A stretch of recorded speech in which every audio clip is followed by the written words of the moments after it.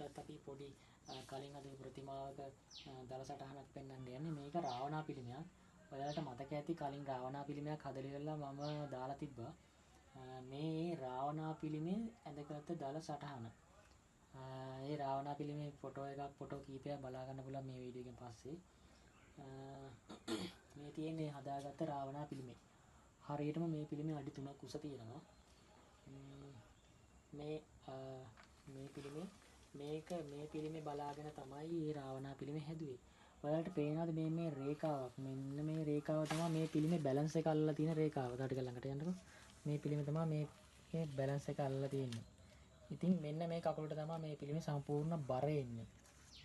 මේකටත් එනවා. මේකට තමයි මූලික බර වෙන්නේ. මේ හරියටම මේ පිළිමේ මැදින් ගත්තොත් පිළිමේ බැලන්ස් එක දෙපැත්ත බැලන්ස් වෙන්නේ මෙන්න මේ රේඛාවෙන්.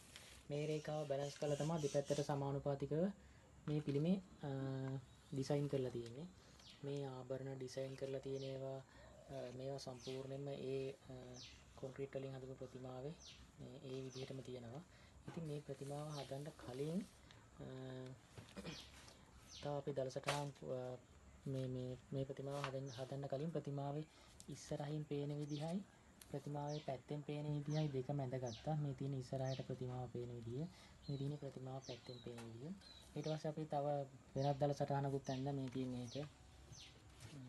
ඒකත් අපි ඇඳගත්තා ඒ රාවණා පිළිමේ වෙනත් විදිහකට පේන විදිය. ඉතින් මේකට වඩා මේක තමයි ගොඩක් අපිලා පෙන්ලා ගියේ. ඉතින් මේ විදිහට තමයි මේ රාවණා පිළිමේ හැදුවේ. මේ ආභරණ තියෙනවා ඒ විදිහටම දාලා තිනවා. මෙතන සලුවක් තියෙනවා පේනවාද? මේ සලුවත් ඒ විදිහටම තියනවා දාලා. එතකොට මේ පෝච්චිය මේ කඩුවේ සැලැස්ම තමයි මේ තියෙන්නේ. ඇත් රූප හතරක් හතර පැත්තේ තියෙනවා. හංසයෝ ඉන්නවා. මෙතන තියෙනවා සිංහ රූපයක් අන්තිම හරියේ. ඉතින් මේ අපි ඇඳලා තියෙන ආභරණ ඒ විදිහටම දාලා තියෙනවා ප්‍රතිමාවේ. මේ තියෙන්නේ අතේ මේ මෙතන මසල් එකේ තියෙන ආභරණේ.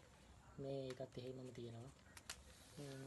ඔයාලට මේ වීඩියෝ එක දැන් අවසන් වෙනවා. ඒකෙන් පස්සේ බලා ගන්න පුළුවන් මේ රාවණා පිළිමේ හදපු ප්‍රතිමාව. හරි හොඳයි බොම්ස්ටි. මොනවා හරි ප්‍රශ්න තියෙනවා නම් මේ කමෙන්ට් කරන්න. මොනවා හරි දැනගන්න තියෙනවා නම් මොකක් හරි ප්‍රශ්නයක් තියෙනවා නම් කමෙන්ට් කරන්න. මේ කමෙන්ට් කරන්න අපි ඒකට උත්තරයක් දෙන්නම්.